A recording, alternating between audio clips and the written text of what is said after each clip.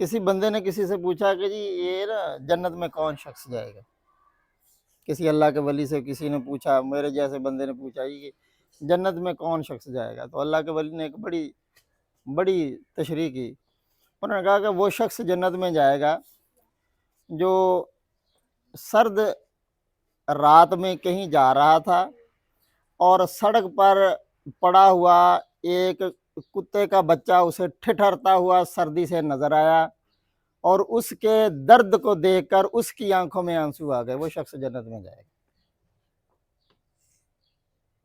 اب آپ اس سے مراد کیا ہے کہ جو شخص، ایک اور غالباً حدیث شریف بھی ہے کہ جو چڑیا کے دل والا آدمی ہے وہ جنت میں جائے گا۔ اس کا مطلب بھی کیا ہے کہ جو بندہ اتنا نرم مزاج ہے، اتنا درد دل رکھنے والا ہے کہ وہ کسی کو بھی تکلیف میں نہیں دیکھ سکتا، یہ مہربانی، دوسروں پر مہربان ہونا چاہیے، اس سے مراد صرف انسان نہیں ہے۔ خیر ہم تو اب انسانوں پر بھی مہربان نہیں ہوتے، اب تو ہم انسانوں سے بھی بدلے لیتے ہیں، انسانوں کو بھی نقصان پہنچاتے ہیں، انسانوں سے بھی، وہ کہتے ہیں نا کہ یہ جتنا زہر انسان کی مزاج میں ہے، شاید کسی کے اپنا بہت زہریلے جانور بھی ہوئے ہیں، کسی کا اپنا نہیں زہر کسی کے باڈی میں جتنا انسان کے مزاج میں، انسان کی گفتگو میں زہر ہے۔ تو یہ مہربان ہونا تمام مخلوقات پر ہے۔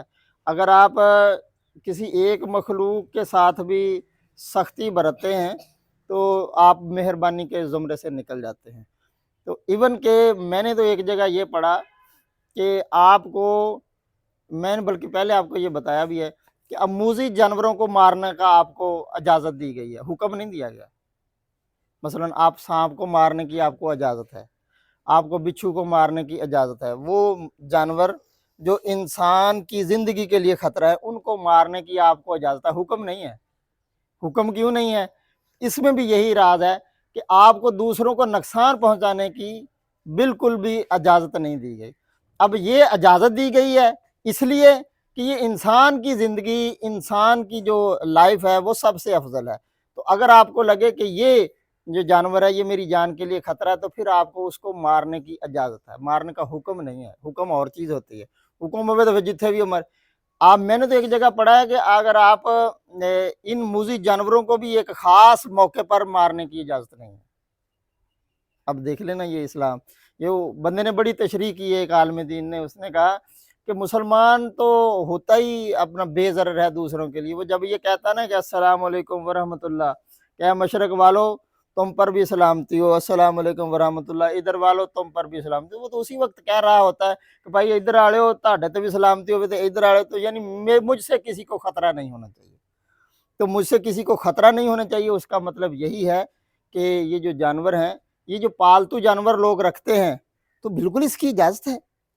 پالتو جانور، بہت ساری غلط روایات ہمارے ہاں مشہور کر دی گئی لوگوں نے، تو پالتو جانور، پالتو بلیاں، پالتو یہ چیز جانور رکھنا کہ جن کے وہ دوسرا وہ ناپاکی کا عنصر نہیں ہوتا ہے جن میں، تو ان کو رکھنے کی اجازت ہے، اور ان سے اچھا برتاؤ کرنا، سلوک کرنا، وہ اسلام ہے یہ چیز ساری۔ اسلام صرف انسانوں کے لیے نہیں آیا، وہ تو تمام مخلوقات کے لیے ہے۔ یہی اس کا حسن تھا دین اسلام کا۔ مسلمان جو تھے وہ دنیا پر غلبہ بھی انہی خوبیوں کی وجہ سے پائے تھے۔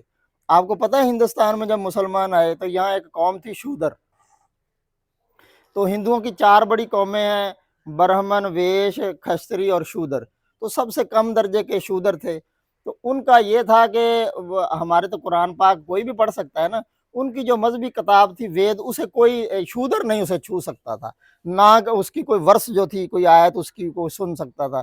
تو وہ جو سنتا تھا، جو پڑھتا تھا، تو اسے دوسرے ہندو اس کی یا زبان میں وہ گرم پانی ڈال دیتے تھے یا پھر اس کے کانوں میں گرم پانی ڈال دیتے، اتنا ظلم کرتے تھے۔ تو وہ پسماندہ لوگ تھے، وہ اگر کسی برتن کو ہاتھ لگاتے تھے تو وہ برتن، یہ ہمارے ہاں اکثر دیکھا گیا نا کہ ہمارے ہاں اگر کوئی کرسچین بھائی ہمارا مہمان آ جائے ہمارے پاس تو ہم اسے کھانا شانا دیں تو ہمارے گھر والے وہ برتن مانجتے ہیں۔ تو یہ ہمارے اسلام میں یہ بالکل بھی نہیں تھا، یہ ہم نے ہندوؤں سے سیکھا ہے، شودروں سے، یہ ہندوؤں سے سیکھا، ہمارے ہاں یہ روایت نہیں ہے۔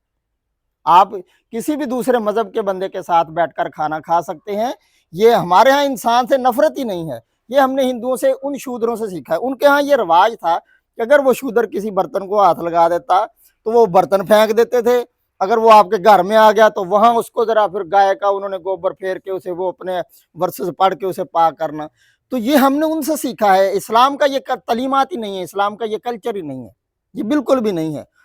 تو وہ اپنا مسلمان جب ادھر آئے تو مسلمان, چونکہ اسلام میں یہ تھا نہیں, انہی شودروں کے ساتھ مسلمان حکمرانوں نے بیٹھ کر کھانے کھائے. تو وہ لوگ تو پریشان ہو گئے, انہوں نے کہا ہے تو انہوں نے پھر اپنا مذہب چھوڑنا ہی تھا جہاں ان کی عزت ہی نہیں تھی, آبرو ہی نہیں تھی.